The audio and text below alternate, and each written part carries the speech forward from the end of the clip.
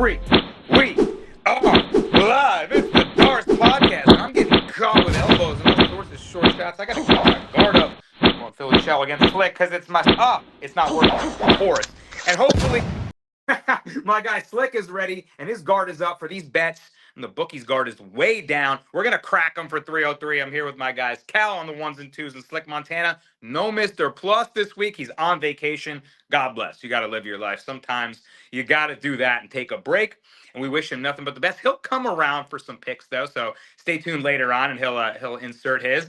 And for now, we got a lot to talk about, Slick. Forget reactions from last week. Forget all the weeks that we owe you reactions for. I don't care. It's 303. McGregor Chandler? No. Pereira ProChazka. And Slick, you heard me spouting off my skepticisms all week.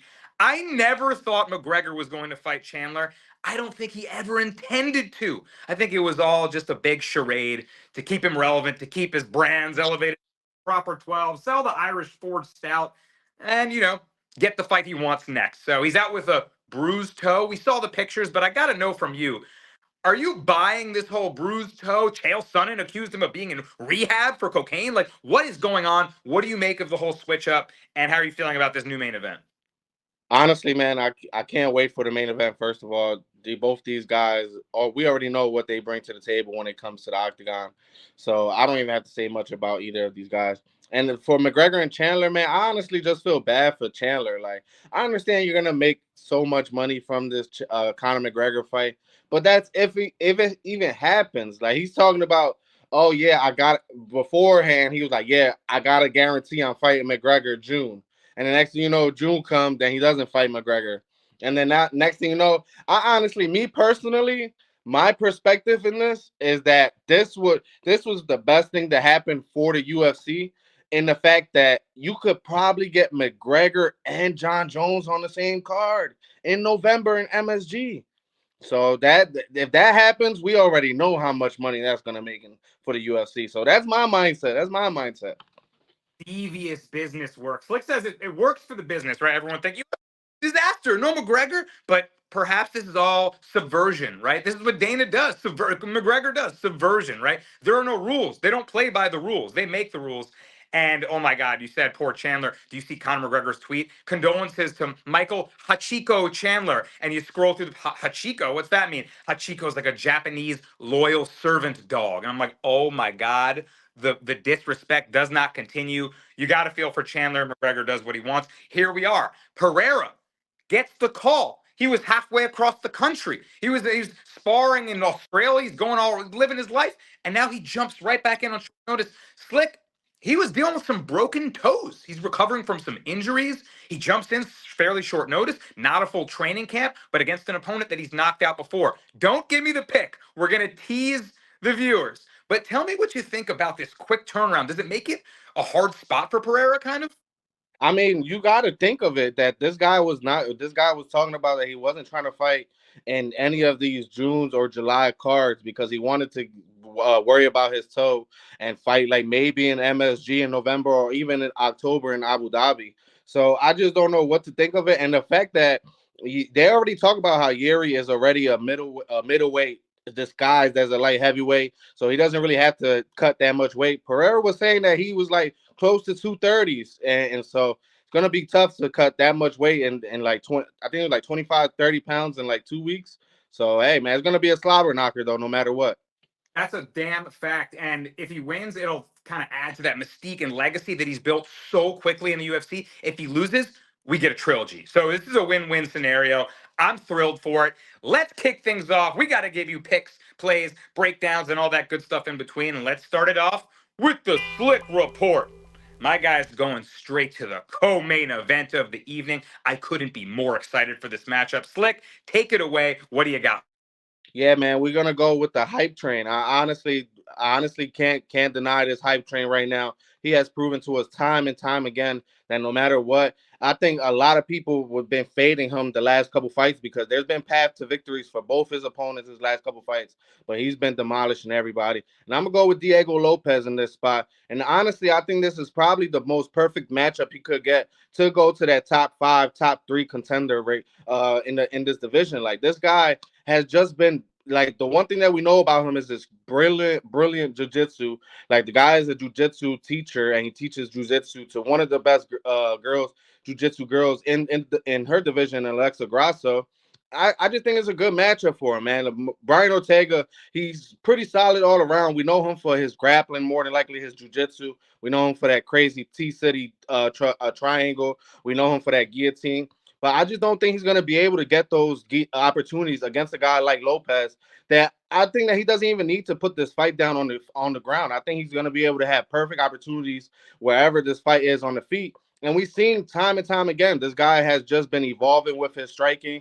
He's been evolving with his striking when it comes to training with Alexa Grasso, because we know that she's a great boxer herself. So I think Brian Ortega is just a clean punching bag that is durable as fuck. Like I give it to him. Like the guy, I think he only been knocked out twice, and that was both one by injury and one by doctor stoppage against Holloway. But I just don't think that it's gonna be a recipe for a guy that I think a lot of people was always a worrisome. Like perfect example, like when Yair fought Brian Ortega his last fight. Brian Ortega always had that grappling edge against somebody else. Like people wouldn't go to the ground with him.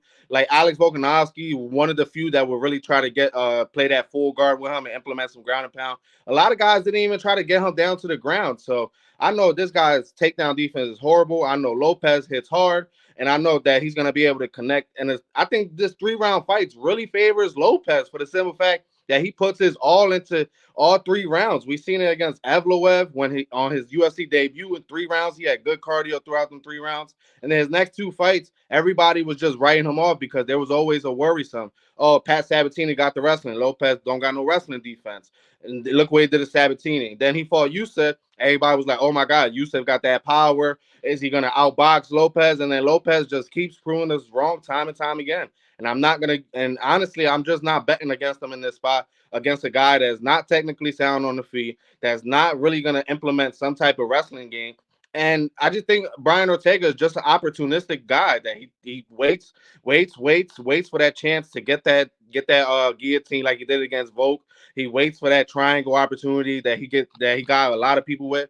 I just don't think he's going to be able to submit Lopez. And if I don't think he's going to be able to submit Lopez, I think Lopez is going to have tons of opportunities on the feet to really hurt Brian Ortega. I don't think he's going to finish him. Honestly, I think Brian Ortega is tough, but don't be surprised if or Lopez cracks him with something clean and follows it up. Like if that was Lopez's Yair fight, he will finish Brian Ortega in that first round. Yair what doesn't have no ground game whatsoever. His ground and pound is not good. I think it's a great spot for Lopez to just keep climbing up the rankings. So give me Lopez minus. I got him at minus 140. Do not fade the mullet. I absolutely love it. Minus 140. I see it starting to climb here and there. I grabbed it too there. I'm going to make it one of the bigger wagers of the night. And I couldn't agree more. Stylistically, it's also like that mental edge, right? Like I cannot, like the ground is lava. I cannot touch the ground with Brian Ortega or I get burnt. That doesn't exist in this scenario. And that allows you to kind of free yourself up as a fighter, right? If he hits the ground, he'll be okay. Of course, Ortega's live to submit a freaking silverback gorilla, but Lopez is scrambly in there, man. And you saw what he did on freaking 5 days' notice to Movsar Evloev, like bent the guy's knee into a pretzel. So, yeah, immediately just overwhelmed the next couple grapplers he faced, like Tucker and Sabatini. And like a freaking shooting star, the guy is in a co-main event against Brian Ortega. Like, what a surge for the featherweight division. If he wins this fight, he's a title contender tomorrow. I mean, that's insane. So I love the trajectory of him. And like you mentioned, Ortega's tough as they come, but he's taking so much damage. I can't trust that bounce back or that ability to get cracked and then find the sub, right? Or if he pulls guard, I still like Lopez in full guard. So I love the Slick report there. I'm totally on that as well. Diego Lopez is the play, and I'm excited for that co-main event. All right, guys. One of my other favorite fights on this card is going to introduce the Brasco breakdown, and that's going to go right towards Michael Venom Page. What a sensational striker this guy is. I see a lot of people talking online saying that Ian Gary is going to whoop his ass, and I don't get it. People think that MVP is overrated. And I don't want to say Ian Gary's overrated, but I think stylistically he's been the beneficiary of some solid matchups. He's certainly had a ton of talent. I mean, look at his skill set. His kicking game is nasty, and he's done his thing in the UFC. I mean to take nothing away from him. He's very skilled. But I think he's going to struggle for the first time in his career with the range management and the speed of Michael Venom Page. Ian Gary, the long, lanky kickboxer, right? He's the one that controls the range with his teep kicks, his low kicks, high kicks up the, and front kicks up the middle. But beyond his kicks, I don't love his game. His boxing isn't all that clean, and he's there to get hit. Boxing defense is a little bit porous. If you can get beyond the kicking range of Ian Gary, you can tee off on him. And he was in a close split decision against Jeff Neal. I rewatched that fight today. Two judges gave 30-27 for that. That's wrong. Neal made that really close. I think Venom Page is faster. He's a lot less flat-footed, and he can dart in and out of range and crack Gary with some strong right hands. People look at that Kevin Holland fight and say, oh, Holland had some success with the grappling. But realistically, Holland was hurt a lot of times. Sure, he had moments in the clinch or he got on top for a little bit, but Gary, I haven't seen him grapple since Cage Warriors. He hasn't done any grappling in the UFC at all. So if you're going to tell me, oh, well, he's going to go back to his grappling, I haven't seen it in like 5 or 6 fights. So I like Michael Venom Page for his speed, his perplexing footwork and movement on the outside, his ability to control range, and that darting right hand that I think will find the mark on Ian Gary. I think this should be a good scrap. And I could see it even going distance, but I think Gary's going to get touched. He's been dropped by much lesser opponents with a lot lower caliber striking skill sets. I think he's overlooking Venom Page. You hear Gary in interviews this week saying, I don't want to fight anyone below me. Why am I taking this fight against Page? He feels like it's not worth his time. And if that's truly the case in his mind, he's completely looking past him. So give me a big wager on Michael Venom Page plus 120. I think the UFC went out and got him from Bellator for a reason, right? He's not done dancing on his opponents, and he's going to have another nice win on Saturday night. Slick, are you with me on MVP? Yeah, man, I threw a unit on Michael Venom Page at plus 120. I got it earlier in the week. And I just think this is a good opportunity for him that a lot of people don't really get because, like, if MVP beats Ian Gary, he's basically right up there in the top 5, fighting the Jack Dellas, the Shavkat, which I think Shavkat probably fights for the title next, fighting the Kobe Covingtons of the world, Kamaru Usmans. And I just think he really fits into this welterweight division. And I just think that he's gonna have plenty of opportunities to crack Ian Gary, man. Ian Gary, one thing I hate about him is that he keeps his chin up in the air after damn near every punch he throws. Like sometimes he even keeps it up in the air with throwing a slight jab.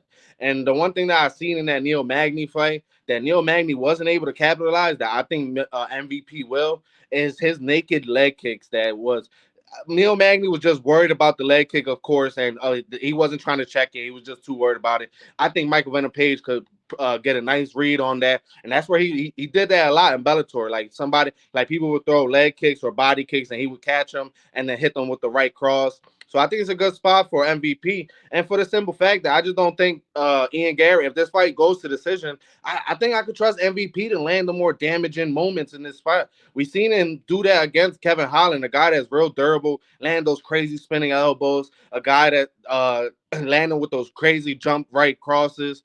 I think it's a good spot for MVP, man. Honestly, this couldn't be no more of a better matchup for him. Simple fact that he doesn't have to face a grappler like Kamaru Usman, like Kobe, like those guys. And I think he could really find success on the feet. So I threw a unit on him at the plus dog. And honestly, man, I think I'm gonna have to go with him by KO. Also, man, by plus 450, I think it's gonna be worth it because we've seen guys like Kanon Song crack Gary and not be able to follow it up. I think that Michael Venom Page, one thing he does do is that he doesn't really follow up with ground and pound. He waits for you to make a mistake after he hurts you, and that's where he really capitalizes. So I can see Ian Gary probably trying to go for a fake takedown or something. Michael Venom Page hitting with a flying knee. So give me MVP money line. Oh, God, please, from your mouth to God's ears, I got to see it happen. Slick's agreeing with me. That O has got to go. And Slick thinks it's going to go by knockout. If he hits a flying knee, I'm screaming. My neighbors are going to call in a complaint, and I hope it happens. That's going to be electric. I love it. and we're all over MVP in this matchup. I think he's also going to get into the head of Gary. You see, Gary gets into a lot of these beefs online, and he's been emotional. So, oh man, MVP plays those mind games. If he starts dancing on him, gets in his head, maybe he makes an immature mistake when he tries to overextend. So, there's your breakdown on MVP. I love that Slick's on that with me too. And let's talk the rest of the main card now. Slick, we got some good fights to talk before we move into the prelims. I got to get your take on Mayra Buena Silva taking on Macy Chiasson. I was racking my brain in this one. Chiasson's going to have a 6-inch reach advantage, long, lanky striker. She can grapple too, coming off a rear naked choke victory in her last one. But of course, the grappling edge you got to think it's got to go with Mayra Buena Silva, right? The arm bars, the knee bars. She can snatch a limb and go home with it. So she fought Raquel Pennington for the championship in her last fight, was outmatched. Pennington did her thing. Rocky Raquel was just too much for her. So how does she bounce back after that? She's minus 105 right now, pretty much a pick 'em. She asked on minus 115. Are you making a pick in this fight? I'm actually not making a pick in this fight. I'm actually just waiting for odds to drop. I'm gonna bet the fight to end by submission, hoping I get it like at plus 200 plus or plus 250 or more. And I just think both girls are gonna have opportunities in their own right. We've seen Macy in that Irene Aldana fight out grapple Irene Aldana, had plenty of moments to get that rear naked choke, but then Aldana hit her with that crazy liver shot that God knows where it came from. And I already know Mayra Bueno Silva is gonna pull guard like there's no tomorrow and try to get this fight down to the ground as many times as she can. So I just think it's a good opportunity for the fight to end by sub. I'm hoping it's like plus 200 or more. And to make a pick, I think I'm honestly going to lean with Mason Chiasson in this spot. I think she'll have the better stand up in the sense that I know she has a good jab. I think that could probably keep Breno Silva at bay. That's just looking for those overhand like looping. I think Silva does have the power in this spot, but I just think Chiasson can make this fight a little boring, implement that clinch. And we've seen a girl like Holly Holm. If she didn't get subbed by Mayra Bueno Silva, she was just going to clinch her to death. So I think Macy could do the same thing, and if the fight does end up on the ground, I just get both girls perfect opportunities. So give me the fight to end by sub, and I'm not betting it, but I'll lean Macy Chiasson. I like that because then you get a chance for Chiasson to sub her. So fight to end by sub. That's pretty interesting. I might tail that. I'm gonna go the opposite way. I'm gonna lean Bueno Silva, but I agree with you. Like her striking leaves more to be desired. It's improved, but we saw it's certainly not the highest level. Against Pennington. I just think that her submission game is too dangerous. That's the most dangerous factor in this matchup. Like I said, I'm not wagering any money on it, but for the show, I'll pick Chiasson, and I like Slick's look at fight to end by submission. That way, you get action on both sides, whether you either have grappling success. That's a cool bet. Anthony Lionheart Smith taking on Roman Dolidze. Wait, wasn't this supposed to be Khalil Roundtree taking on Jamal Hill? Wait, wasn't this supposed to be Jamal Hill taking on Carlos Ulberg? Wait, wasn't this supposed to be Carlos Ulberg taking on Anthony Smith? I'm going to throw up. I think I'm dizzy. It's Anthony Smith taking on Roman Dolidze, and Smith plus 125 dog. Dolidze at a minus 150 favorite. Dolidze is coming off an absolute ass whooping against Nasruddin Imavov. You'll read on your scorecards it's a majority decision. That's because he got a point taken late on the fight. That wasn't no majority decision. That was a one-sided beatdown.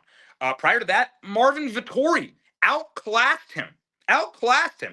At this point, I'm really low on Roman Dolidze, a guy who had his stock shoot up after he had like a crazy win over Jack Hermanson with a calf slicer from back mount, like one of the most awkward pretzel positions you'll ever see. I don't know if I want to call it a fluke.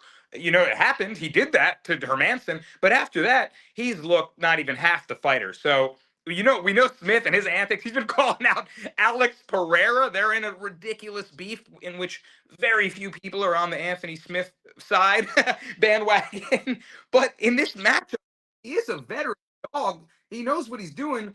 Dolidze's striking technique is poor. He punches himself into the clinch, and good in the clinch. Like he could trip takedown. Maybe he can grapple him up. How do you see this fight going? Because I feel like Smith has the advantage. By the way, it's at light heavyweight. I don't love that move for Dolidze. What do you think about all that? Well, I will say that Dolidze actually started in his career at light heavyweight, so it's not nothing new to him. He actually had his UFC debut at light heavyweight. So Trevin Giles, and didn't we both like back him? And he was winning the fight, and in top mount, he jumped a heel hook that caused him to lose 29-28 when it wasn't even close to coming. But yeah, Trevin Giles, that was the last light heavyweight fight. You're right to say that. Good correction. Yeah, and I honestly think that I'm gonna bet the over in this spot for the simple fact that I could see these guys just looking at each other for like damn near 2-3 minutes of each round. Like honestly, like I don't see Dolidze. If Dolidze pushes a pace, he's gonna push Anthony Smith to the clinch. If Anthony Smith doesn't push no pace, so he's probably gonna wait for Dolidze to do something, and then he'll probably try to capitalize off it.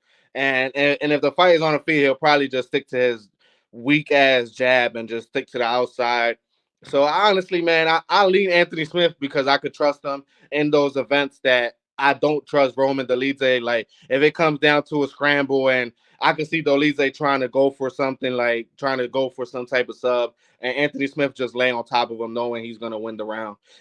So I'm gonna lean Anthony Smith. I probably won't bet him, but I'm honestly thinking I'm gonna bet the over in this spot. Like I said, I can see these guys just looking at each other, not implementing no type of dangerous game plans for one another. Dolidze is as tough as they come. Anthony Smith only loses to power punchers, which Dolidze is kind of, but I just think that the guys that he ended up knocking out were just like guys like Phil Halls. Like we already know what his chin is like. So I think it's a good spot for Anthony Smith to capitalize on being a veteran. And I'm just not betting. I'm gonna bet the over.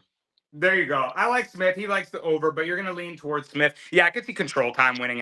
I mean, is a grappler himself, right? He might want to go there, but I cannot back Dolidze as a favorite at this point. Ain't no way. I did not think I'd be backing Anthony Smith at this stage in his career, but here we are. Here we are. All right, Fleck, it's time for the dogs of the week. And go with Slick right away. It's an interesting female fight in which I was leaning dog too. Tell me who you got on the prelims here. Yeah, we're gonna go with the karate hottie, Michelle Waterson. I think it's a good spot for her, man. I think Jillian Robertson is just getting this line for the simple fact that a lot of people know her for her jujitsu, for her. I won't even say her wrestling because her wrestling is probably as worse as Mackenzie Dern's.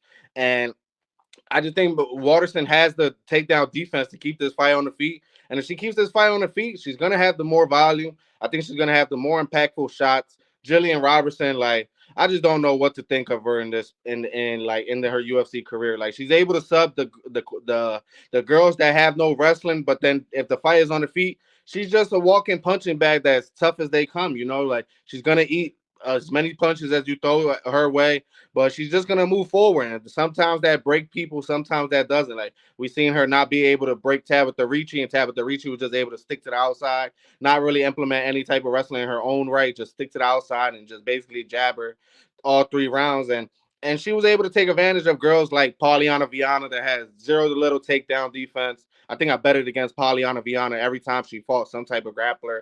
And Pierre Rodriguez that has nobody, like no sub defense whatsoever. And then Maria Agapova that we know is probably one of the worst hyped up prospects in the women's division that ended up being nothing. So I'm not too high on it. I think Michelle Waterson just got dealt a lot of good girls like Marina Rodriguez, a great boxer, kickboxer type of girl on the feet. She fought Amanda Lemos, that a girl that has huge power on the feet, ended up getting subbed. And that sub was a more of an opportunistic sub. Lemos jumped guillotine like from out of nowhere in the middle of the ring, and she ended up getting it. Jillian Robertson isn't that type of girl. She waits for her opportunities, try to get you on the ground, and wait for you to make a mistake. But I just think this fight is going to play out on the feet, and I think Karate Hottie is going to have plenty of opportunities to land as many punches as she can. And we've seen her in that. I forgot what fight it was, but against Luana Pinheiro, that she had plenty of opportunities on the feet. You could arguably make a case for her to win that fight.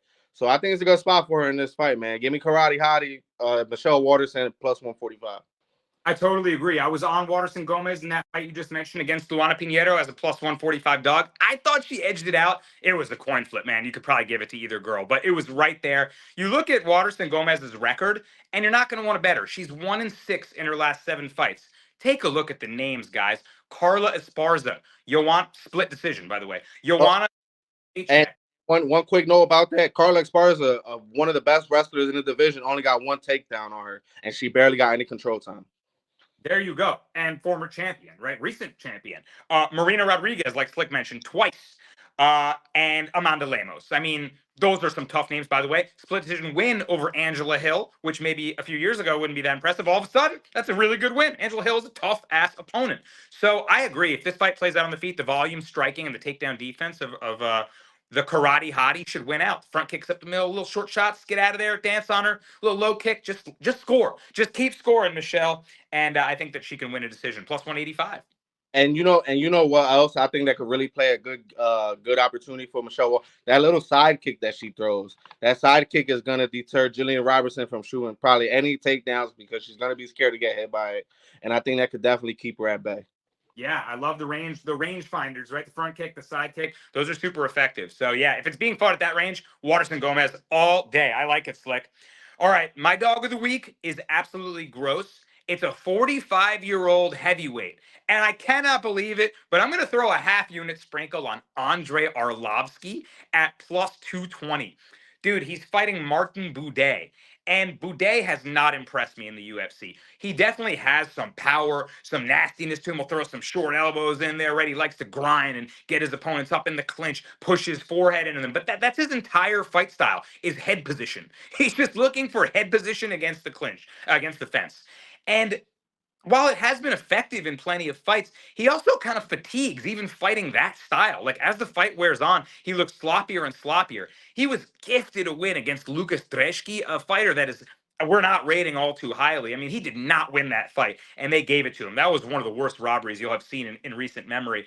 I mean, Boudet is he's not very athletic either. Like I just after his ability to kind of grind and clinch you up, there isn't like much of a plan B. So Arlovsky, although he's 45, he's still got the footwork. I think he has the speed and athleticism advantage in this fight. He got to think he has the technical boxing advantage. And yeah, he's on a 3-fight losing streak, but there's a better fighters, even though you're not the highest level guys. I think maybe this could be the swan song in which he goes out on a win. I don't have any purview into, if Arlovsky has plans to retire or not. But at 45 years old, bro, are you really going to fight till 50? Like, why not go off into the sunset and defeat Martin Budai? Like, he's just not it to me. So you're going to make him a minus 245 favorite against a guy who's been in there with everybody. I'll take a stab at it and see if Arlovsky can dance on him one more time, jab his face off. Slick, do you think I'm bugging for that? I mean, at the sense that at the end of the day, he is fighting Martin Boudet. Like I put it like this: like I'm gonna bet this fight two ways, and I'm gonna put it in the sense that in both sides, I'm gonna bet Martin Boudet by submission. I don't know the odds. Odds have not come out yet for this fight since it's the third fight, and then my second bet is gonna be Arlovsky by decision. I think Arlovsky by decision got to be by like a plus 400, probably even more, plus 500 because he's a plus two something dog. And then Martin Boudet by sub is gonna be close to like plus 600, plus 700.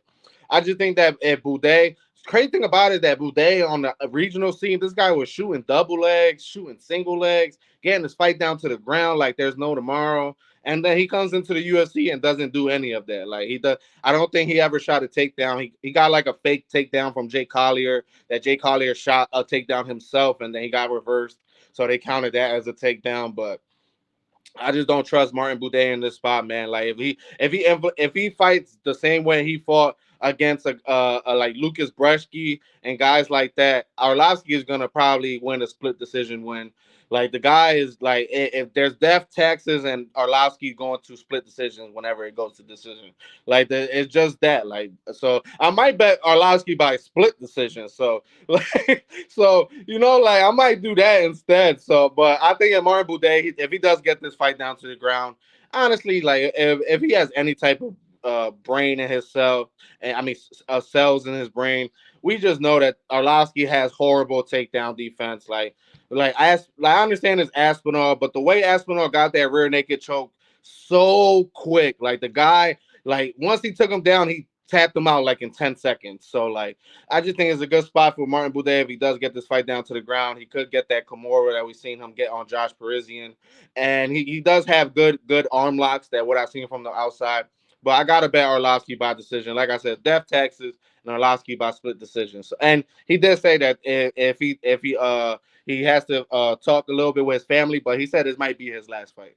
Okay, so yeah, I didn't see that. It's good to hear that, though. I mean, well, it's not good to hear that because usually you want to fade a guy who's thinking about retiring. However, I'm going to bet on the Swan Song. Half unit, small bet, small bet. And you're right. I mean, Boudet does have a couple Kimuras on his record, one on the regional, one to Josh Parisian. But Josh Parisian, Jake Collier. Jake Collier was actually having some success in that fight. Lucas Drezhki gifted a win. Lorenzo Hood on contenders. Who? You know what I mean? Come on, Arlovsky. Do it for me. One more time, Arlovsky. All right, Slick. Let's go to the honorable mentions, the fights we have not talked about that we must talk about. And we got to kick it off with one of the best prelims on the card.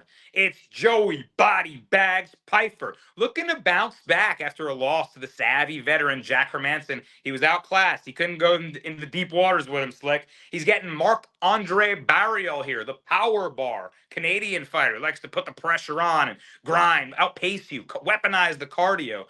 That sounds a little scary against Joe Pyfer. I mean, styles make fights, right? Do you think this style is favorable to Joey Body Bags? Honestly, I think it does, man. Like one thing that we know about Mark Andre is that he just doesn't live up to expectations when it comes to these top guys. And I think Piper is a top guy, man. Like I think Piper, he fought a guy too early, Jack Hermanson. Like the guy went from fighting fucking Omar or Akhmedov or somebody like that in the contender series. I mean, in the contender series. And next thing you know, he fighting Jack Hermanson like in his second fight. So that was just too stepped up for his liking. Like Jack Hermanson, there's nothing wrong with losing to him. He's one of those veteran guys that if you're not good enough, you're not gonna beat him. So I think Piper just got him a little bit too early in his career. And Mark Andre, he's just one of those guys that he's gonna give Piper opportunities to land plenty of big shots on the feet. And I just think it's a recipe for disaster. For the simple fact that Piper, he could hurt him on the feet and actually get this fight down to the ground. Where we've seen Anthony Hernandez, I mean, ragdoll Marc-Andre Barrios like I never seen anybody do it. And I don't think Mark Piper has that ragdolling type of wrestling, but I think if he does get this fight down to the ground, I think he could definitely hold him down on the ground, even implement some type of arm triangle that we've seen Mark Andre doesn't have no defense for. And on the feet, I just don't think 3 rounds is going to favor Piper, I believe, because Piper, we seen him in that 5 round fight, even in the 5th round, 4th round, he was still throwing shots.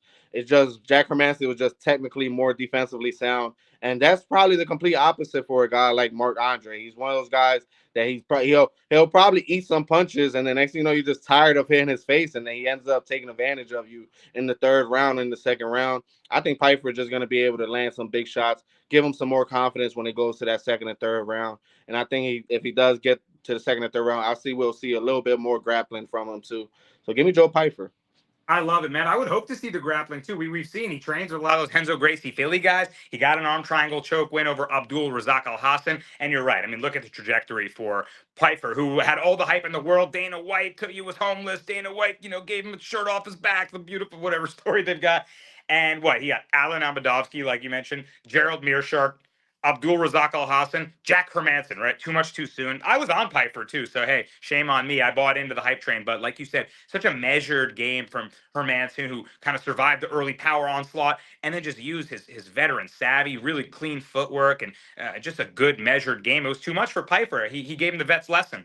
Marc Andre Barrios, always moving forward. I don't know if you want to just do that at will, against a guy like Piper, who will make you pay and probably make you stop in your tracks, right? If you try to just weaponize your forward pressure and pace, he's the guy that can say, hey, please stop moving forward now, pang, and then you got to back up a little bit. So I want to see it from Piper, and I really hope he gets back on track. I think he will. I'm totally with you on that.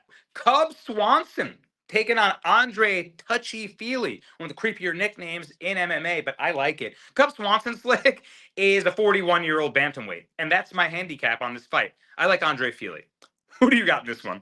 Yeah, I mean, we could just keep it moving forward. Cub Swanson himself didn't think that he wanted to fight against Hakeem Dawodu. He looked like a sad puppy knowing that he lost that fight and he got gifted the win. Now he's fighting a guy like Feely that's trying to bounce back off a KO loss from Dan Ige, and there's nothing wrong with that. Dan Ige is definitely one of the hardest in punchers in this division. So I think Andre Feely just gonna be able to touch Cub Swanson's chin, and then it's just I don't know, man. I think maybe decision, but I think he could get Cub Swanson out of there. Let me give some respect. Like, he's a veteran. He's had an amazing career. I don't want to just call 41. Peace out. You know, he's an awesome fighter. He's a good guy too. I just like the guy. So let me not just do him dirty like that. I like Cub Swanson, but at bantamweight, you can't. At 41 years old, like, that's a tough ask. He's still got skill. He's still pretty sharp with his kick, but he has gotten a lot more hittable. He's gotten a lot slower. And Feely, the one concern coming off a brutal knockout to 50K Ige, as long as his chin is okay, which I don't necessarily think Cub's going to touch it up with some crazy power shots, right? I think Felix could probably mix up his game, find the damaging shots, maybe even wrestle a little bit, just control this fight. And like you said, Swanson admittedly felt that he lost the last fight to Dawodu. He called him a sad puppy. That hurt my heart. Felix should get this one. Like, I think somebody interviewed him. I forgot who it was. And they was like, "Did you think he won the fight? Did you think you won the fight?" He was like, "Nah, bro." Like, he just looked so sad. Like, he knew he lost, and then now it's like, bro, like, I didn't deserve this. Like, and he was like, "Oh, me? Work? Good looks." I feel like he tapped Dawodu on the shoulder. I was like, "My bad. Like, it's not his fault." But yeah. By the way, Slick mentioned bet split decisions before. Like, at this point, that's better. That might be like a higher bet than like picking a side. So yeah, bet on fighters that you think can get it done far and away, or bet the split decision. That was Swanson Feely. We got to talk about Peyton Talbot. Peyton Gamuri. Slick, should we take a moment of silence right now? Should we take dear MMA lords, we hope that Giannis Gamuri makes it out of the fight okay, and that he recovers well, and that he is safe with his family and his friends, and he's going to just be just all right after this loss, and he can continue his career with full health. Giannis Gamuri's in deep trouble, Slick. He's a sacrificial lamb to the slaughter to build the hype for Peyton Talbot. How do you think Talbot minus 1,600 favorite? It's not if he gets it done, it's how he gets it done. Predict the way that Talbot wins. yeah, I mean, I'm gonna go with what Talbot been winning his whole career. Like, the guy only wins in the second and third round by KO or submission. So I'm waiting for odds to come out on that. I think probably round 2 KO or round 2 by itself. Probably gonna be the lowest we ever seen a prop that round. Probably be like plus 200 or plus 150 around there. So honestly, man, I really wanted to bet my house on Peyton Talbot whenever I seen the opening line, but I did not expect this line to shoot up this way. Like, I remember watching the line. I think it was like May 10th around there, May 8th around there. He was like minus 290, and I was like, damn, minus 290. Giannis Gamori, a guy that got basically semi finished by William Gomez. I want to parlay him, but I just didn't know what to parlay him with at that time. And then the next 2 hours, he shot up to minus 500. Like, so it was just crazy.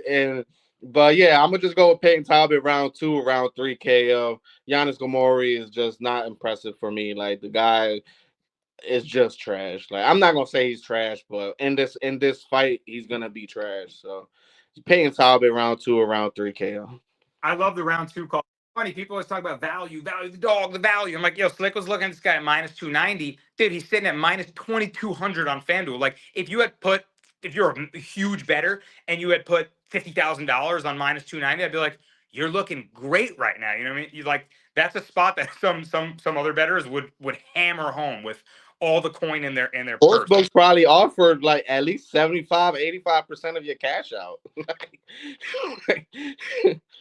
The way you beat that line that fast, Exactly. Like, they essentially imply that you've won. It goes from minus 90 to minus 2,200. The implied odds they're basically saying, yeah, you win. So I wish you had gotten it, but obviously I don't think you were going to throw 50K at it. You're not reckless as that. You got a little more sense. But hey, man, billionaires, millionaires, multi-bajillionaires that want to talk, like Dave Portnoy, you had $1 million on the Oilers. Fire away, man. Minus 290. You missed the value on Talbot. He's going to smoke him. Round 2 call, I like. Ricky Simone taking on Vinicius Oliveira. That's the first fight of the night. What do you think about this one? Simone coming off back-to-back losses. And Song Yadong, no shame in that. I love me some Song Yadong, pause. He got that one done easily. Not easily. It was a good scrap. But 5th round ended up putting him away. And Simone just could not get his takedowns and his wrestling going, really, and was outboxed by Song Yadong. It was a good scrap, though. And then he got beat by Mario Batista. So he's sort of fallen off a cliff a little bit and going all the way down to Vinicius Oliveira, a guy that just made his debut with a really highlight knockout win. Contender, KO of the year contender, of course. that goes to Max Holloway. But after that, I mean, his knee against Bernardo Sopai was filthy. So he's got some hype on him. He's a dangerous striker. Do you think that Simone just ragdolls him, or do you think that Oliveira maybe could find a cracking knee again? Yeah, I honestly think Simone could ragdoll him in this spot, man. Like, I honestly was on the Bernardo Sapai in his fight for the simple fact that I thought Sapai was going to be the more better, accurate, more technical striker against Oliveira. And he comes out there with a whole grappling game plan on short notice that honestly I was a little worried like watching it. Like, I knew that he was able to gonna be able to get the takedowns against a guy like Oliveira, but I just didn't know I just didn't know if it was gonna be a part of his game plan coming into the fight. And he ended up gassing in that spot. And honestly, I just think a lot of people are looking at that Oliveira's knee and not worried about what happened before that knee. Like Bernardo Sopai was ragdolling him on the ground, ragdolling him, takedown after takedown, full mount after full mount. Like this guy would honestly that one of those rounds could have been a 10-8 round in the Bernardo Sopai spot. And the next thing you know, Bernardo Sopai falls off I'm talking about like a heavyweight cliff, like one of those heavyweights that you go all in the first round. And next thing you know, they're just sloppy in the second and third. That was Bernardo Sopai in the third. And Oliveira, honestly, if he didn't finish that fight, he would have lost 2-1. You know, like he would have lost that fight when it went to decision because the guy was just getting ragdolled on the ground. And this gonna be Simone's world. Like Simone, we know is gonna shoot at least 10 to 12 takedown. We know he's not gonna go away from his wrestling game plan. And honestly, I was thinking about going with Oliveira in this spot, but after going back and watching more tape on Simone, his last two fights, I just think those guys were a little bit what's the word? I'm too stepped up in competition for him. A guy like Mario Batista that I actually betted in that spot. I knew his takedown defense was elite. Same thing with Song Yadong. That's the complete opposite for a guy like Vinicius Oliveira that doesn't have no takedown defense. And then one thing that I hate about him is that he doesn't offer anything off his back. He tries to throw them little ass elbows, them little punches from the side, and that's not just gonna work for a guy like Simone. And if Simone gets that full mount, I think he's gonna be able to get that arm triangle like we seen him time and time again get that. And I think he's going to be able to submit a guy like Vinicius Oliveira. I am going to be a little worrisome of those flying knees because Oliveira, one thing that we know about him is that he does not telegraph those knees at all. Like you just shoot for a takedown, you just don't see that shit coming. So I am going to be a little worrisome of that. But I think Simone has shown that if he's not getting finished in the fifth round by Song Yadong, he's going to be in there all three rounds. So give me Ricky Simone money line, and I think I'm going to bet Ricky Simone by sub once props come out. Yeah, man. Hey, you're making a great case. I'm on the opposite side, but I don't feel as good about it anymore. I totally agree, though. I mean, it's takedown defense or bust. If he's getting ragdolled and taken down at will by Ricky Simone, then Vinicius Oliveira is going to lose this fight by a lot. I'm buying into the hype of that cracking knee, but I can see one landing on a takedown entry. And I know those aren't like, I don't want to call it 1 in a million, maybe more like 1 in 100. They don't happen at will, right? You're just gonna just because you did it once and hit a flying knee or perfect time knee doesn't mean you could do it at any wrestler. But man, that thing is sharp and it's timed well, like you said. There's no telegraph on it. He can crack with his kicks too. I kind of like this guy, and I was actually on Sopai too, so maybe I'm doing the if you can't beat him, join him. This is a big step up in Ricky Simone, as Cal likes to call the level check. And we got one more fight to talk about before the main event of the evening. You better still be here. You better have smashed the like button. You better be subscribed, and you better be ready. We're going with Carlos Hernandez taking on Rey Tsuruya. Let's make this one quick, slick, because we got to get right into the main event. Rey Tsuruya, big favorite. He's a wrestler making his UFC debut against Hernandez. Pretty tough guy who's got some experience. He's a huge dog. Do you give him a chance? I mean, I'm gonna give him a chance because he's a veteran type of guy. But I just think the relentless wrestling from a guy like Saruya, I think he's gonna be able to get a sub. So give me Saruya by sub. I'm not including him in no parlays. I don't want to wager this. Minus 470 wrestler fighting a guy with more experience, but I think he could have success. I'm passing on that fight. We're not all that interested. And guys, it's time for the main event of the evening. Introducing first, fighting now. It's Yuri ProChazka and Alex Pereira. Number 2, man, the first fight, Pereira touched the left hook, dropped him, and people feel it was stopped early. They say Yuri was still there, maybe a I thought it was semi-valid. Maybe I'm saying that because I was on Pereira minus 125. He got the knockout win, and here we are today. He's only minus 140. Of course, we mentioned at the beginning of the show that kind of short notice turnaround for him. He's taking this fight on odd circumstances, still recovering from some injury. The minus 140 line is sketching me out a little bit, Slick. But forget the line. Let's talk about the stylistic matchup once again. We've seen these guys fight before. We know the unorthodox, explosive, awkward, samurai style of Yuri, right? He's going to try to close distance. He's going to march forward. He might take one to give one. He might take 10 to give one. But if he cracks you with one spinning elbow or one mean shot, you might go night-night. Then for Pereira, the devastating, world-ending left hook. The right hand, like he said in the last one, is calibrato. The right hand is calibrato. Then you got yourself his absolutely precision leg kicks, which Yuri deeply struggled with against Alexander Rakic before he gritted it out, toughed it out, didn't mess, switched stances, got both of his legs chewed off, and then found the knockout against Rakic, who ended up having staph infection. But that's neither here nor there. He gets credit for the win. And now, Slick, ahead of this fight with Alex Pereira, I just heard him in an interview saying that he's kind of not loving that Alex Pereira is using is consulting shamans and using spiritual powers of the Amazon. He says, I believe in these things. I wish it would be a clean approach. Very interesting. If I'm Alex Pereira, I'm putting a witch doctor in my corner. I paint his face. I'm the entire fight. I'm going to bug him out. I thought that was fascinating. I'm going all over the place, Slick. Let's talk about the stylistic matchup. Witch doctor or not, shrunken head or not, do you think Yuri can get a win in the second fight and force a trilogy? Or do you think Pereira just cements his legacy as instantly one of the most spectacular UFC and runs of all time? Yeah, man. I think I haven't really bet this fight yet. I'm waiting to see what the line ends up being fight night. Probably wait till like fight night comes. But I'm gonna pick Yuri in this spot, man. I think Yuri. Watching that fight back again, man. I honestly, the only thing Alex Pereira did in that fight was land 4 or 5 leg kicks and then end up getting that left hook that ended up knocking out Yuri. Like other than that, Yuri had tons of success pinning Alex against the cage, hitting him with some clean shots. And honestly, man, I think that those shots were just not clean enough.